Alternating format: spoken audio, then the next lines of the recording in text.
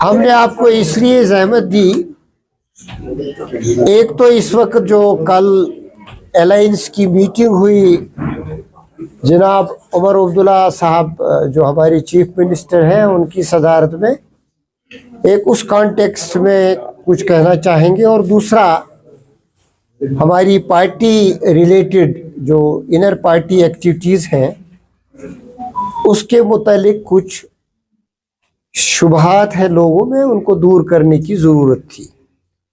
जहाँ तक कल की मीटिंग का ताल्लुक है तो हमने कल स्पष्ट किया कि जो वहाँ यूनानिमिटी हुई जिन मामलात पे हुई तो दैट सस्टेन्स, हम उन मामलात पे सहमत हैं और उसमें जो भी मुनासिब समझा जाएगा चीफ मिनिस्टर साहब की तरफ से, who is leader of the house, तो हमारी पार्टी उसका साथ देगी। उसके अलावा जो हमारा अपना फ़र्ज़ है, चूँकि ये मुल्की लेवल पे जमात है Congress, it's not a regional component, एक नेशनल लेवल की लार्जेस्ट अपोजिशन है और सत्ता में रही है decades together. Congress is a party जिसने इस मुल्क को बनाया है, तो इसकी आवाज़ सुनी जाती है। और वो कश्मीरियों के जितने भी इस वक्त खदशात हैं,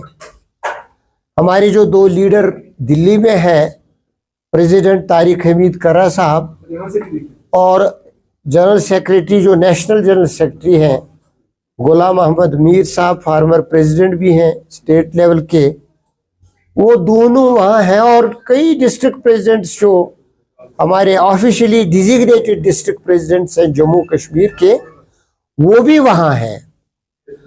तो दोनों हमारे जो लीडर हैं उन्होंने यहाँ के सियासी मंजरनामे को भी हाई कमांड के सामने पेश करके जो यहाँ खदशात हैं या जो पॉलिटिकल प्रोसेस में बाधाएं हैं या किसी तरीके से समझा जाता है कि डेमोक्रेसी और कॉन्स्टिट्यूशन को अंडरमाइन किया जाता है पर्टिकुलरली इन कश्मीर, तो वो कंसर्न्स जो हैं उन कंसर्न्स को लेके उन्होंने हाई कमांड को मुतल्ला किया। एंड वी आर श्योर कि उनका तो रहा ही है नुक्ता नज़र यही कि कश्मीरियों को इस घड़ी में we are going through a critical phase, इसमें कांग्रेस हमारी सहायता करेगी और वो उस बारे में कमिटेड है।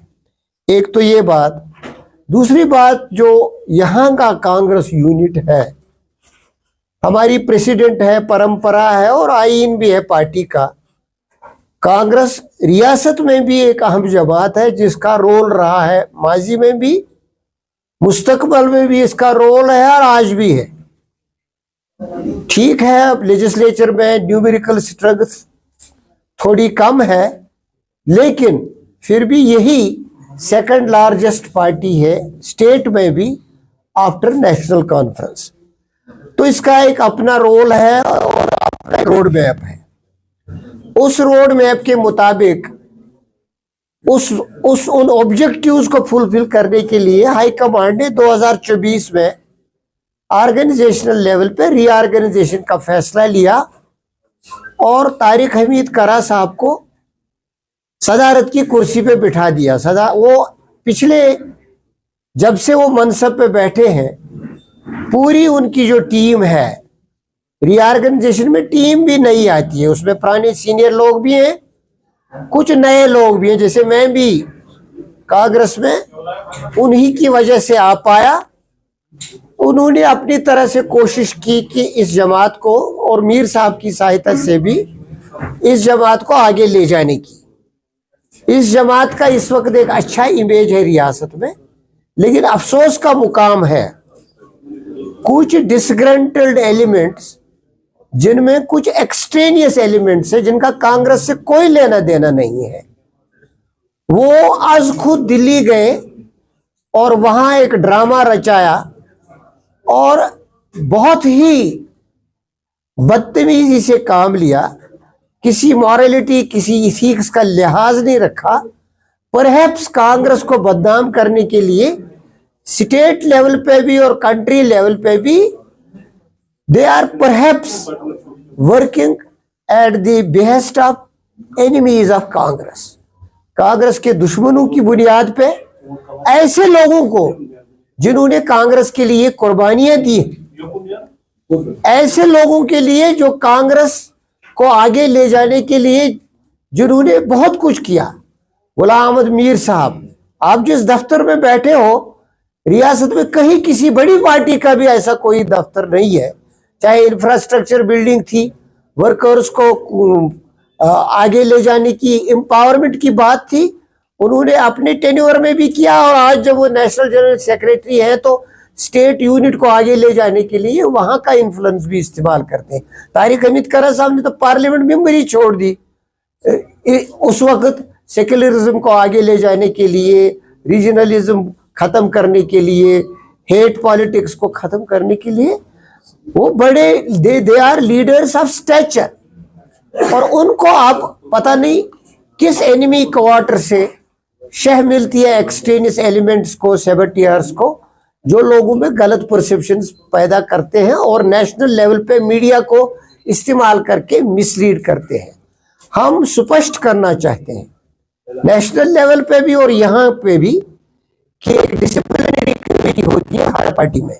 J&K लेवल पे भी डिसिप्लिनरी कमेटी है। ऑलरेडी पहले ही डिसिप्लिनरी कमेटी ने उनके खिलाफ रिपोर्ट दी है कि ये पार्टी को बदनाम कर रहे हैं और नज्म ज़ब्त का उल्लंघन कर रहे हैं। दूसरी बात ये कि कल जो हाईकमांड ने मीटिंग बुलाई थी डिजिग्नेटेड, ऑफिशियली डिजिग्नेटेड ये डिस्ट्रिक्ट प्रेसिडेंट्स की, और जिसमें सीनियर लीडर भी वहां है मौजूद, वो उसमें वो मदऊ नहीं थे। उन्होंने ये इंप्रेशन कन्वे करने की कोशिश की कि हम इनवाइटेड हैं, क्योंकि पार्टी का अपना एक तरीका है। Those who don't belong to party any more are committing indiscipline. Anybody who is a member or has been an office bearer is committing indiscipline, going to streets, maligning the image of the Congress, causing distress at national level. उनको बुलाया नहीं गया था, उनको बुलाया नहीं गया था, they were not invited. और कल की मीटिंग जब हुई हाई कमांड के साथ, they were disallowed, उनको कोई एंट्री नहीं मिली, जिससे प्रोवोक होके उन्होंने बहुत ज्यादा मेलाइनिंग की पे उतर आए, बहुत ज्यादा गंदी बातें की।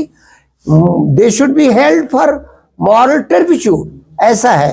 तो यहाँ का जो कांग्रेस यूनिट है, हम जैसे लोग, हमको भी कंसर्न है।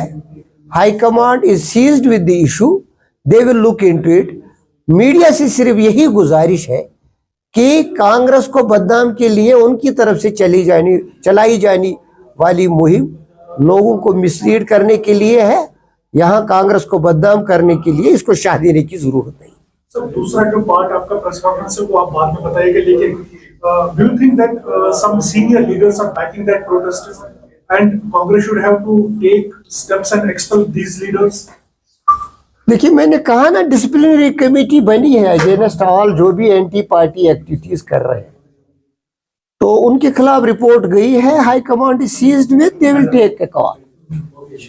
जमील साहब, जिस तरह से आपने आगाज में कल की मीटिंग के बारे में कहा, जो उमर साहब ने मीटिंग की, उसके बाद जो लेफ्टिनेंट गवर्नर का रिएक्शन आया है कि उन्होंने जो भी फैसला लिया है वो J&K रीऑर्गेनाइजेशन एक्ट और अपनी ज्यूरिसडिक्शन या अपने डोमेन के तनाजुर में दिया है।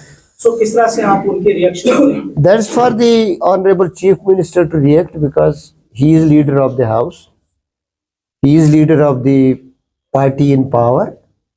उनके लिए वो he will definitely take a call on that. उनके लिए प्रॉपर है कमेंट करना, और हम तो सिर्फ यही मशवरा देंगे कि any development which is related to causing some kind of fissure here or there, उस पर अलायंस बार बार मिले एक कोऑर्डिनेटेड एफर्ट के तौर, और what ever is constitutional, legal and ethical in politics, उसको फॉलो करें। 3 रोजा दौरा है होम मिनिस्टर साहब का जम्मू कश्मीर का, तो आप एक्सपेक्टेशंस क्या रखते हैं उनके दौरे से? होम मिनिस्टर साहब मेनली जो हमने देखा, उनके 2 एजेंडाज हैं। 1 to take a review of security situation because of the incidents that took place in Jammu and overall situation. As home minister he has to दूसरा जो उनका ऑब्जेक्टिव है जो प्रेस में आया, I don't know, he should be knowing it better, कि he will address the party MLAs also, BJP MLAs, that's a party affair and this is a government initiative. तो उसमें वो जाने, अलबत्ता हम उनसे यही गुजारिश करेंगे कि एक popular government is in place. इस वक्त वो एक सरकार है जिसको एक मैसिव मैंडेट मिला है, और ये जमहूरियत और मुल्क के लिए भी फख्र की बात है, क्योंकि इंस्टीट्यूशन से ही हिंदुस्तान जाना जाता है, जिंदा है, और सिस्टम जो चलता है वो इंस्टीट्यूशंस के आधार पे ही चलता है। हम उनसे गुजारिश करेंगे होम मिनिस्टर साहब से कि कोई भी काम जो हो स्टेट गवर्नमेंट को बाईपास करके ना किया जाए, चाहे मशावरत ही, जहां उनका अपना कानून है वो कर लेंगे, वो जो उनको अपने इख्तियारात है उसमें उनको मशवरे की जरूरत नहीं है। लेकिन जो स्टेट में कोई इनिशिएटिव हो, कोई एक्शन हो, कोई रिव्यू हो, कोई इंफॉर्मेशन इनपुट हो, state government has to be on board. That is a constitutional command also, constitutional prerogative too, and also an ethical and moral and politically reasonable and obligatory. निजाम साहब, क्योंकि आपने खुद भी कहा कि आप सेकंड लास्ट, नहीं, मतलब जो आपका सवाल है कि ये यूनिट से मुतलिक नहीं है, जो भी हम कोई एक्शन करेंगे विच हैज नेशनल रिपरकशंस, वक्फ का it's not related to Jammu and Kashmir only, it is a national repercussion, it's a law now which will govern the whole country. लिहाजा उसमें वहाँ हाई कमांड है, they will take a call, they will see what steps they can take, what steps are needed to be taken. Politically तो बात से निकल गई है। Now you have only one provision, that is supreme court, क्योंकि हमारे पास judiciary है। I don't know how will they deal with the issue. Already supreme court में लोग गए हैं, असदुद्दीन ओवैसी गए हैं, कोई एक एमपी भी गए हैं, तो that should be seen as a collective thing, because हर एक का कंसर्न है कि ये लॉ ना चले, ये अल्ट्रा वायरीज है, अगेंस्ट कम्युनिटी है, डिविसिव है, कंट्री का जो इतिहास है उसके खिलाफ है। ये those who are oppose to the bill, oppose to the law now, उनका तो कंसर्न यही है, दीज आर द बेसिस। लिहाजा जो भी कोर्ट में होगा, there should be a cooperative. एक लास्ट क्वेश्चन है, चूंकि आप जर्नलिस्ट भी रहे हैं, आप पॉलिटिकल लीडर भी है और सीनियर पॉलिटिकल लीडर, ये चाहिए था कि मैं ये सेंटर के किसी लीडर से या एमपी से सवाल करूं, लेकिन आपके तासुरात जानना चाहूंगा मैं। यहाँ पर 2018